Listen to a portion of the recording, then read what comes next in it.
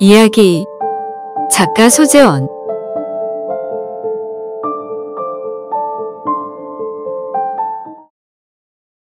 오순덕이 역사관 2층으로 한기준을 데리고 갔다. 엄숙한 분위기가 엄습했다.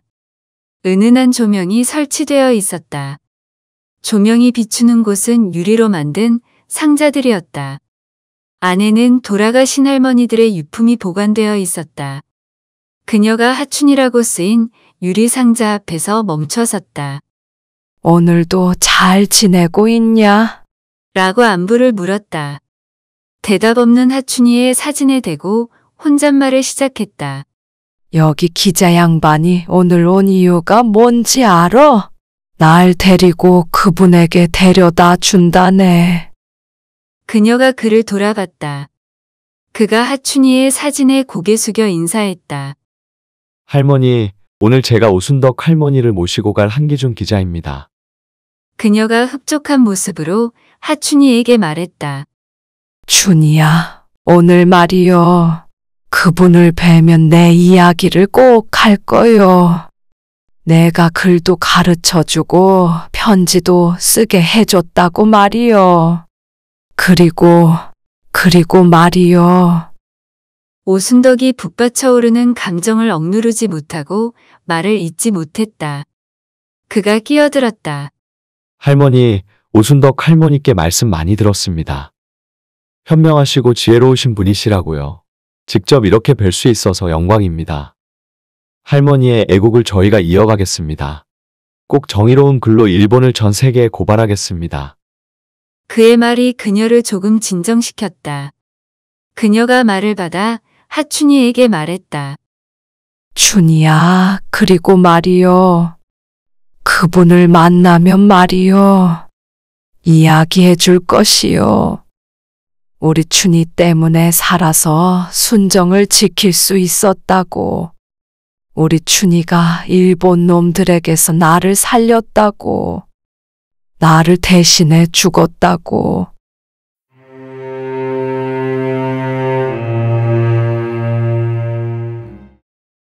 오순덕은 강인해졌다. 하춘이의 도움으로 위안소 처자들은 좌절하지 않을 수 있었다. 수많은 기록들을 증언하기 위해 끝까지 살아남아야 한다는 의무를 가졌다. 하루라도 빨리 전쟁이 끝나기를 기다리며 공부를 게을리하지 않았다. 배움에 목이 마른 처자들은 밤을 새는 일이 다반사였다. 학대를 당하면서도 밤이 되면 삼삼오오 하춘이의 방으로 모여들었다. 열망이 높았던지라 한글과 한자는 수개월 만에 터득할 수 있었다. 글을 배우고 나서부터는 기록에 열중했다. 현재 처한 상황과 부당한 성폭력, 버틸 수 없을 정도의 폭력 행위를 낱낱이 기록으로 남겼다. 하춘이는 밤마다 발표 시간을 가졌다. 서로의 상황을 이해하고 버틸 수 있는 이해의 장을 마련하므로 같은 처지인 처자들이 의지할 수 있도록 한 것이다. 혼자서 감당하려면 나약함과 우울함만이 찾아오지만 동병상련 처지에 여럿이 모이면 분노가 된다는 것을 잘 알고 있었다. 하춘이의 지혜는 적중했다. 처자들은 분노했고 분노를 이끌어 오기로 변화시켰다. 오기는 희망을 낳았고 희망은 삶의 열정을 뿜어내게 했다. 열정은 일본을 이길 수 있는 힘을 원했으며 그 힘은 지식이라는 걸 하춘이는 친구들에게 각인시켰다. 발표가 끝나면 하춘이는 조선의 역사와 독립군들의 이야기, 일본의 침략에 대해 자세한 이야기를 들려줬다. 처자들은 과거와 현재를 배움으로 미래에 대한 토론을 자연스럽게 끌어갔다. 침략 전쟁에 대한 바른 이해는 독립군들의 위대한 투쟁을 이해할 수 있게 했다. 조선의 역사를 배우며 임진왜란과 같은 전쟁을 바르게 이해했고 옹고지신의 자세로 임할 수 있었다. 옛것을 알므로 새것에 대한 지식을 쌓아 올라갈수록 처자들은 일본의 패망을 기정사실로 받아들일 수 있었다. 역사는 반복된다는 말을 하춘이는 강조했다. 반복되는 역사 속에 영원한 나라는 없고 결국 영원한 권력도 없다고 열변을 토했다. 남는 것은 나라가 아닌 민족이며 민족의 정신은 결국 사라지지 않는다고 말했다. 고조선부터 이어진 우리나라의 역사를 강조하고 중국의 역사를 가르치면서 나라는 바뀌지만 민족의 정신, 민족의 혼은 이어져 왔음을 명심하라 말했다. 우리의 조상은 단군이야. 삼국시대부터 통일신라, 고려, 조선으로 이어지면서도 그 사실은 변하지 않았어. 왕의 성씨만 바뀌었을 뿐 우리의 뿌리는 결코 변하지 않았지. 나라의 이름이 바뀌고 정책이 바뀌고 귀족들이 바뀌었지만 결국 우리는 단군의 후손들이며 이 땅은 단군의 후예인 우리의 것이라는 걸 부정하는 조선인은 없어. 청나라도 마찬가지야. 수백 번도 넘게 나라 이름이 바뀌고 왕이 바뀌었지만 그들 역시 중화 사상을 언제나 품고 있고 자신들이 중화민족임을 늘 각인하고 살아. 일본이 조선을 침략하고 몽고가 우리를 침략했을 때에도 우리는 잠시 땅을 빼앗겼을 뿐 순리를 통해 다시 찾게 됐어. 왜 그런 줄 알아? 시간이 지나면 모든 것은 쇠퇴해. 권력도 군사력도 어떤 것이라도 약해지게 되어 있어. 그럼 자연스럽게 어떤 사상을 가진 사람들이 많으냐가 그 땅을 지배하고 나라를 지배하게 돼. 우리는 단군의 후손이라는 사실을 가지고 꾸준히 살아가기만 하면 돼. 일본이 망했을 때 이 땅에 일본의 역사를 받아들인 사람들이 많이 살게 된다면 어떻게 되겠어? 힘 한 번 쓰지 않고 일본 땅이 되는 거야. 하지만 이 땅은 단군의 땅이며 그 후손들의 땅이라 믿는 사람들이 더 많아진다면 나라의 이름과 왕의 성씨는 바뀌겠지만 여전히 단군의 후예인 우리가 살아가게 되는 거야. 역사의 정통성은 그래서 중요한 거야. 그리고 반드시 배워야만 하는 거야. 솔직히 말해봐. 너희들 중 이곳에 끌려오기 전 한나라의 국모가 시해되고 황제가 폐위됐을 때 심각성을 받아들인 사람들이 있었니? 없었지? 일본이 우리를 지배하고 있을 때 어떤 생각을 했어? 누구든 잘만 다스리면 된다고 생각하지 않았니? 그게 무서운 거야. 일본이 패전해서 물러간다 하더라도 일본을 아무렇지 않게 생각하는 사람들이 많아진다면 땅을 빼앗기는 거야. 전쟁은 아무것도 아니야. 끝에는 결국 어떤 정신을 가진 사람들이 많이 사느냐에 따라서 달라지는 거야. 이렇게 생각을 해볼까? 내가 예전에 고구려 시절을 이야기했었지? 요동 땅을 넘어서 요서지방의 유성까지가 고구려 땅이었다고. 그런데 어찌 되었지? 지금은 청나라에 속해 있어. 왜일까? 그 지역에 살았던 조선족들은 시간이 지나면서 조선인이 아닌 중국인으로 스스로를 인정했어. 단군의 후예가 아닌 중화민족 사상을 배우게 된 거야. 단군의 역사를 배우지 않고 중화 사상을 배우게 되었기 때문인 거야. 고구려는 전쟁을 통해 힘겹게 영토를 확장했지만 청나라는 역사 교육을 통해 민족의 정신을 확장했어. 무력이 아닌 교육이 더 무서운 거야. 몇 대를 걸친 일관된 교육은 전쟁보다 더 큰 힘을 가지고 있는 거야. 하춘이의 이야기는 위안소를 뜨겁게 만들기 충분했다. 피곤함도 잊은 채 열띤 토론은 이어졌다. 그리고 확신했다. 일본의 패망은 멀지 않았음을, 무력은 정신을 지배할 수 없음을, 처자들은 자신들이 어떤 일을 해야 할지 정확하게 알고 있었다. 민족의 분노를 이끌어내는 일, 그 분노로 인해 살아나는 민족 정신. 민족 정신에 대한 열의가 폭발하면 누구라도 배울 것이다. 지금 자신들이 그러한 것처럼. 그렇기에 처자들은 쉴 수 없었다. 어떻게 해서든 배우고 깨우쳐서 역사의 산증인으로 후대의 지금의 일을 이야기해야 했다. 우리 민족의 정신을 후대가 이어갈 수 있게. 그래서 두 번 다시 이런 역사를 되풀이하지 않는 강인한 민족과 나라를 만들기 위해서 오순덕은 들뜬 기분을 안고 있었다. 적십자가 오는 날이면 항상 그랬다. 오후 늦게쯤 오는 적십자가 노사들을 전날 저녁부터 기다렸다. 코가 빠지고 눈이 빠지도록 창문 밖을 내다봤다.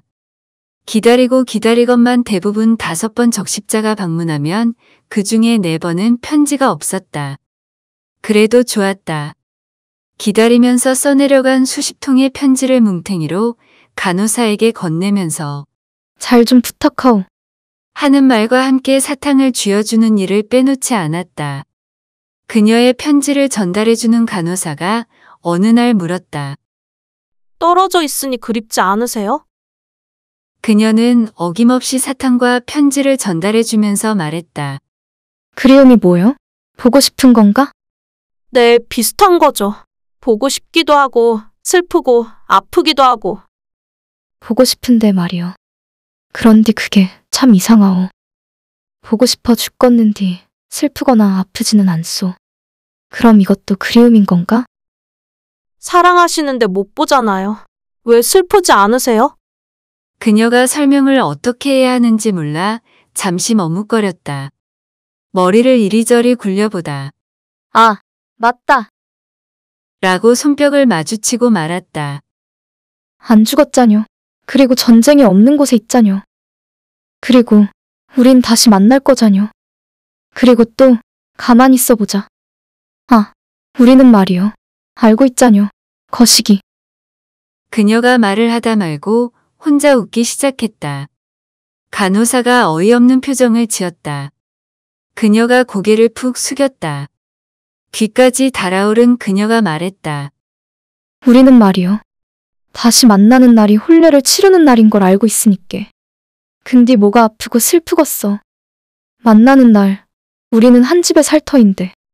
다시 만나는 날, 우리는 부부가 될 터인디. 아프거나 슬프지 않아. 그냥 막 설레요.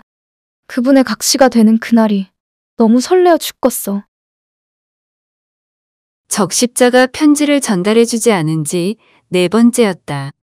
5번째는 분명히 편지가 전해질 거라는 걸 잘 알고 있었다. 오순덕의 기다림은 사실이 됐다.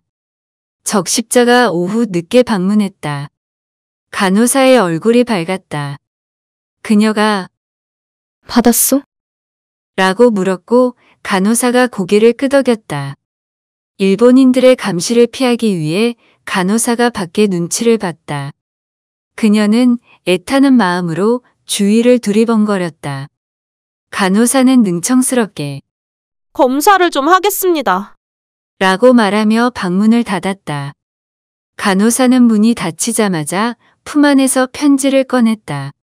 그녀가 환호성이 나오는 걸 겨우 참아냈다. 그녀가 편지에 입을 맞췄다. 간호사는 뿌듯하게 그녀를 응시했다. 편지를 뜯어보고 싶었지만 참아야 했다. 간호사가 가고 나면 더러운 일본 놈들이 기다렸다는 듯이 밀고 들어올 것이 뻔했다. 편지를 허름한 침대 깊숙이 밀어 넣었다. 간호사는 그녀가 기쁨을 충분히 만끽할 수 있도록 차분하게 기다리고 있었다. 그녀가 간호사에게 고맙소. 라고 진심을 담아 말했다. 간호사가 다정하게 말했다. 오늘 간단한 검사를 할게요. 그래요. 천천히 하시고 천천히 가시오. 그녀가 들뜬 기분을 가라앉히지 못한 채 침대에 누웠다. 요동치는 심장을 진정시키려 가슴에 손을 가져갔다. 쉽사리 심장은 얌전해지지 않고 있었다.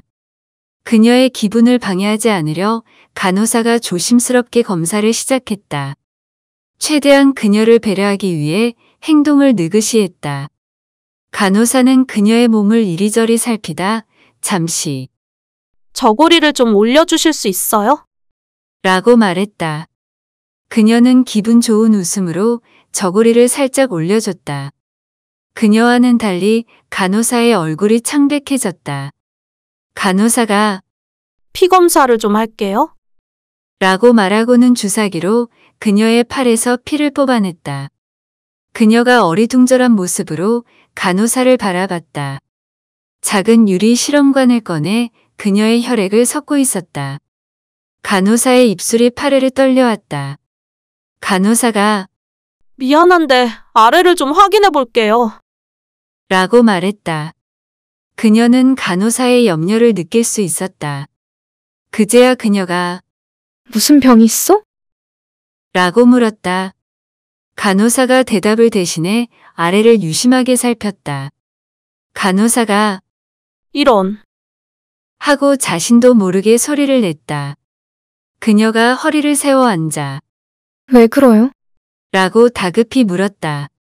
기쁨은 순식간에 긴장이란 감정에게 내쫓겼다. 간호사는 죄인과 같은 모습으로 말했다.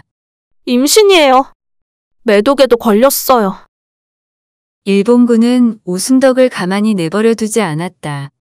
적십자에서 수술과 치료를 주도하려 했지만 거절당했다. 간호사가 적십자의 기본 정신은 민간인의 보호라며 물러서지 않았다. 제국주의라는 마약보다 강한 중독을 보이는 더러운 사상은 적십자의 호소를 묵살했다. 일본인 유해의 사람들은 사람 취급도 하지 않는 그들에게 오순덕의 임신과 성병은 흥미로운 일이었다. 태아를 꺼내고 싶어 미친 군의관들과 성병을 명분으로 구타를 감행할 수 있는 기회를 병사들이 놓칠 리가 없었다. 간호사는 그녀의 상태를 숨기려 했다. 적십자에서 보급되는 약으로 병을 치료하면 간단한 일이었다.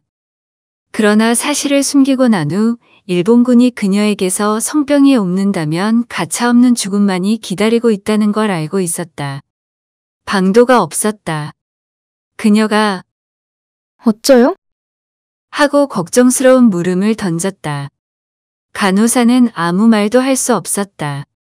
그저 괜찮아요. 내가 설득해 볼게요. 라는 가능성 없는 희망만을 이야기했다. 간호사가 방문을 열고 나가 담당 일본군에게 호소력 짙은 말들을 쏟아냈다. 소용없었다. 성적 쾌감보다 몇 배는 강한 쾌감을 맛볼 수 있는 해부와 폭력의 기회를 잡은 그들은 기다렸다는 듯이 끌고 나가. 라고 소리쳤고 여럿의 일본군이 그녀의 방으로 들어오려 했다. 그녀가 방문을 잠갔다. 일본군은 문을 사납게 두드렸다. 적십자 간호사들이 짐승들을 막으려 했다. 그녀가 재빨리 숨겨놓았던 편지를 꺼냈다.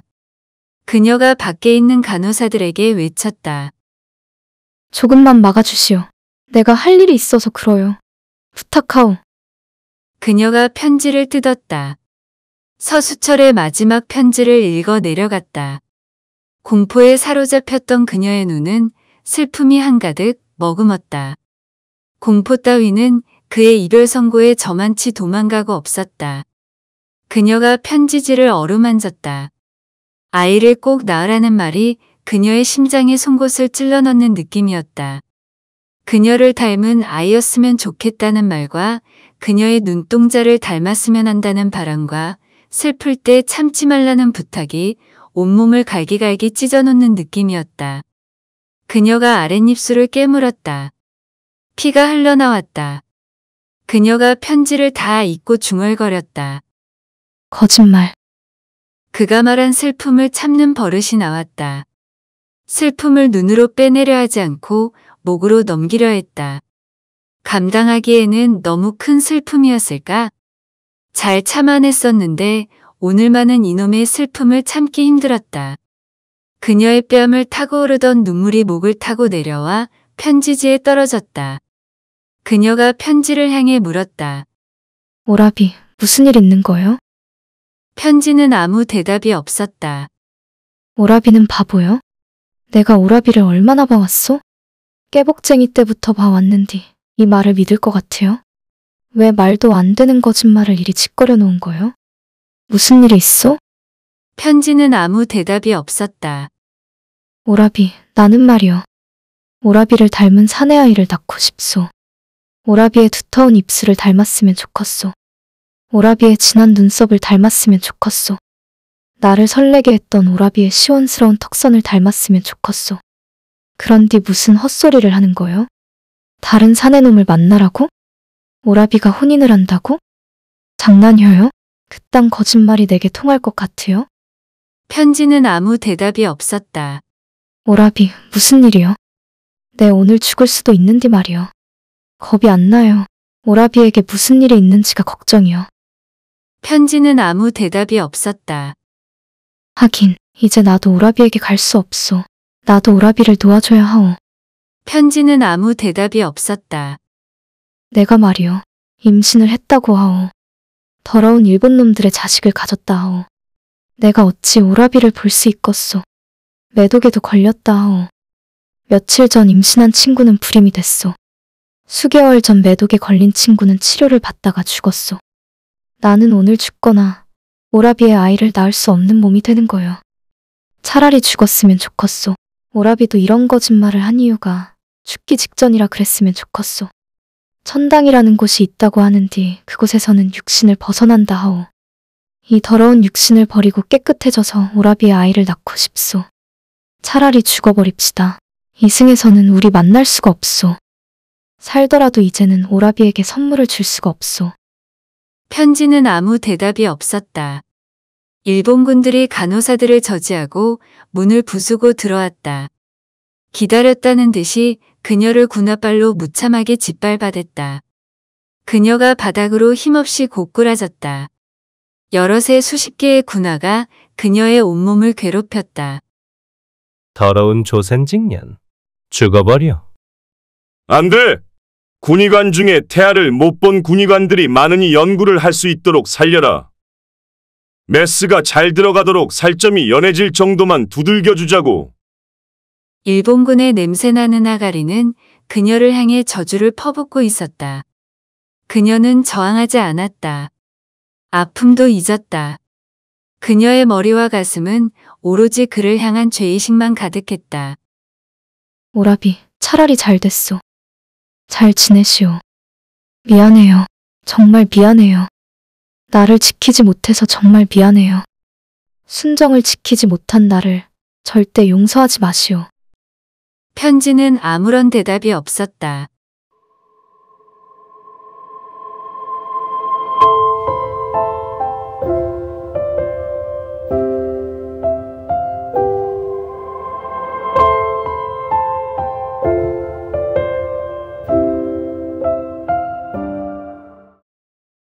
오순덕은 감당하지 못할 구타로 기절했다.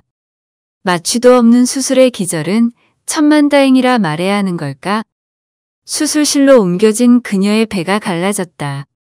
태아를 처음 본 군의관은 신기한 눈빛으로 환호성을 질렀다. 오순덕은 곧바로 회복실로 옮겨졌다. 말이 회복실이지 회복을 위한 어떤 치료도 없었다. 회복실에서 그녀는 매독을 치료하기 위한 수은 치료를 받았다. 강제로 수은증기를 맞아야 했다. 수은을 주사기로 주입시키기도 했다. 수은 중독으로 오한과 두통, 구토와 호흡곤란 같은 증세들이 그녀를 괴롭혔다. 이마는 펄펄 끓었다. 누구도 그녀의 몸 상태를 돌봐주지 않았다. 치료, 말이 좋아 치료였다. 성병으로 고생하는 일본군들을 위한 실험에 이용을 한다는 편이 훨씬 타당한 주장이었다. 유독 성에 집착을 보이는 일본군들은 성병에 걸린 군인들이 많았기에 전력상으로도 골치를 앓고 있었다.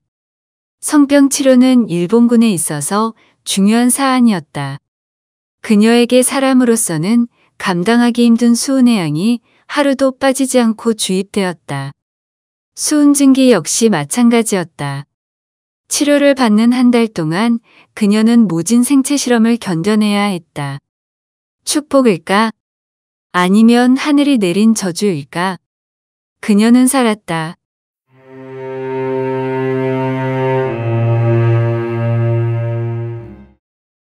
위안소로 돌아왔다. 하춘이가 기다리고 있었다. 수은으로 중독된 몸은 정상이 아니었다. 중절 수술을 한 지 한 달이나 지났지만 상처는 아물지 않고 있었다. 염증이 생기고 고름이 고였다. 오순덕의 숨이 간당간당 붙어 있다는 걸 의학 지식이 없는 누구라도 쉽사리 알 수 있었다. 때마침 적십자가 대대적인 성병 검사를 진행하고 만주 지역의 전염병을 방지하기 위해 장기간 머물고 있었다.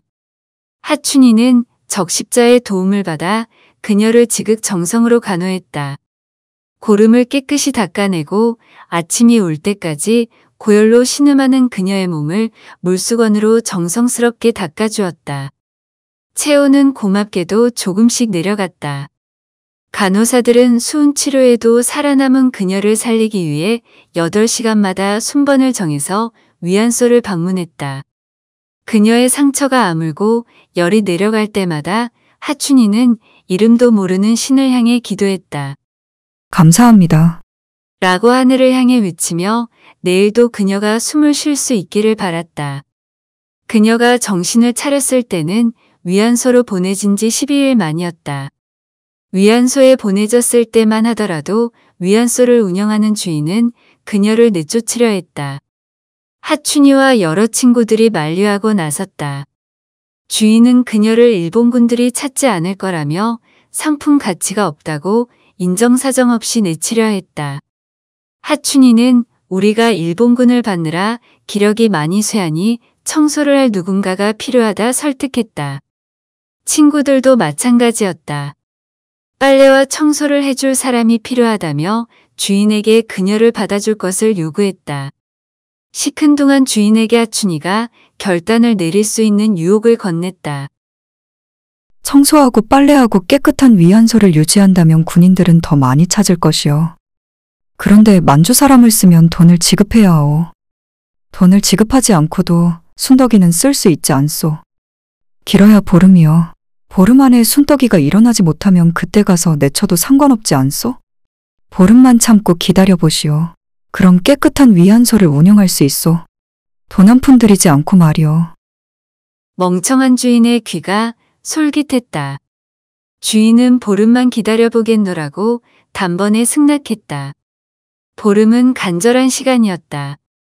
열흘이 지나도 깨어나지 않는 그녀를 보노라면 위안소에 있는 친구들의 피가 바짝바짝 말라가는 기분이었다. 친구들은 공부를 하기 위해 하춘이의 방이 아닌 그녀의 방으로 모이기 시작했다. 공부를 하며 틈틈이 그녀를 돌보기 위해서였다. 11일째 되던 밤 그녀의 호흡이 안정을 되찾았다. 간호를 하던 친구가 공부를 하는 친구들에게 숨을 고르게 쉬어. 하고 말했고 친구들은 서로를 부둥켜 안고 기쁨을 감추지 못했다. 12일째 드디어 눈을 떴다. 억지로 죽을 먹던 그녀의 입이 스스로 움직였다. 그녀가 일어나자마자 어떻게 된 거요? 라고 물었을 땐 눈물을 훔치며 감동하는 친구도 있었다. 하춘이가 그녀의 손을 잡고 하늘을 향해 감사합니다. 하고 말했다. 그녀가 몸을 일으키려 하자 친구들이 만류했다. 하춘이가 말했다. 살았어. 괜찮아. 이제 다 괜찮아. 어디에서 그런 힘이 났을까? 그녀의 앙상한 팔이 하춘이의 옷자락을 잡았다. 분노? 아니었다. 그녀가 보인 감정은 어디에서도 존재하지 않는 감정이었다. 분노를 넘어선 감정.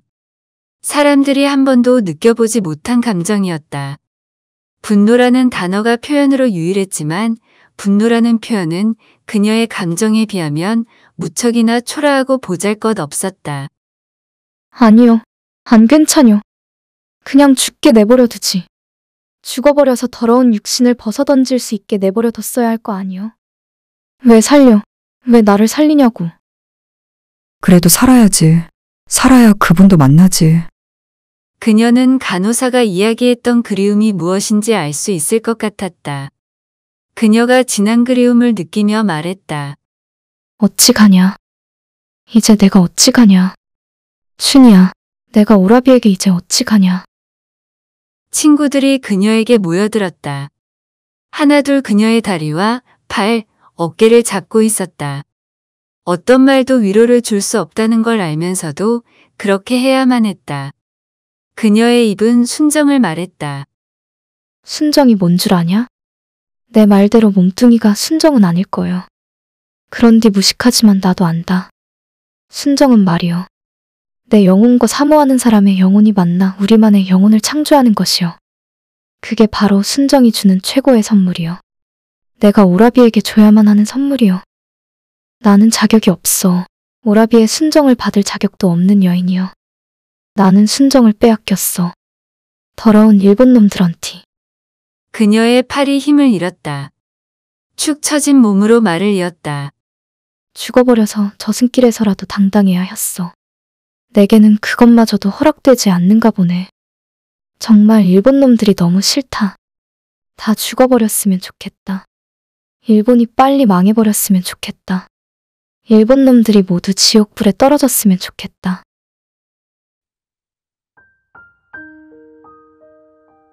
오라비 보시오.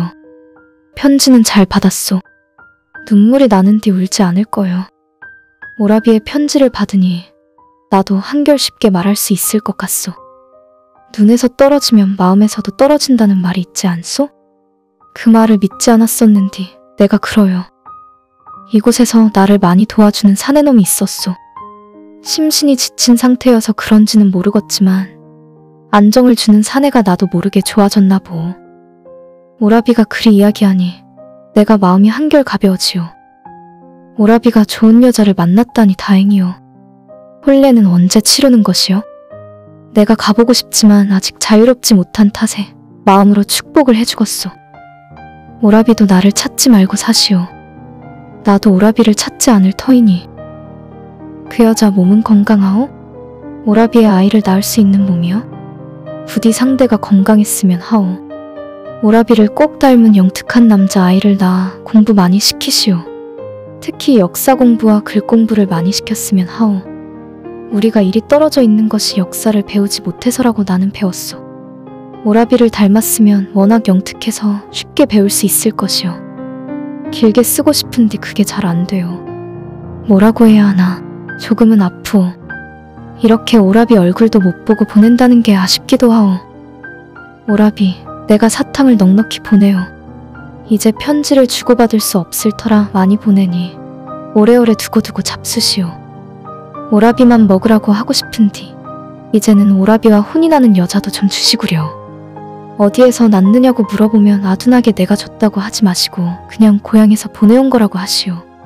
아니면 적십자에서 준 거라고 하던지. 여자는 질투가 심하오. 그런 말을 했다가는 평생 두고두고 갈굼을 당할 것인 게 절대 말하지 마시오. 사탕을 더 보내고 싶은디 몇 달은 맘껏 먹게 하고 싶은디 그것만 보내서 미안해요.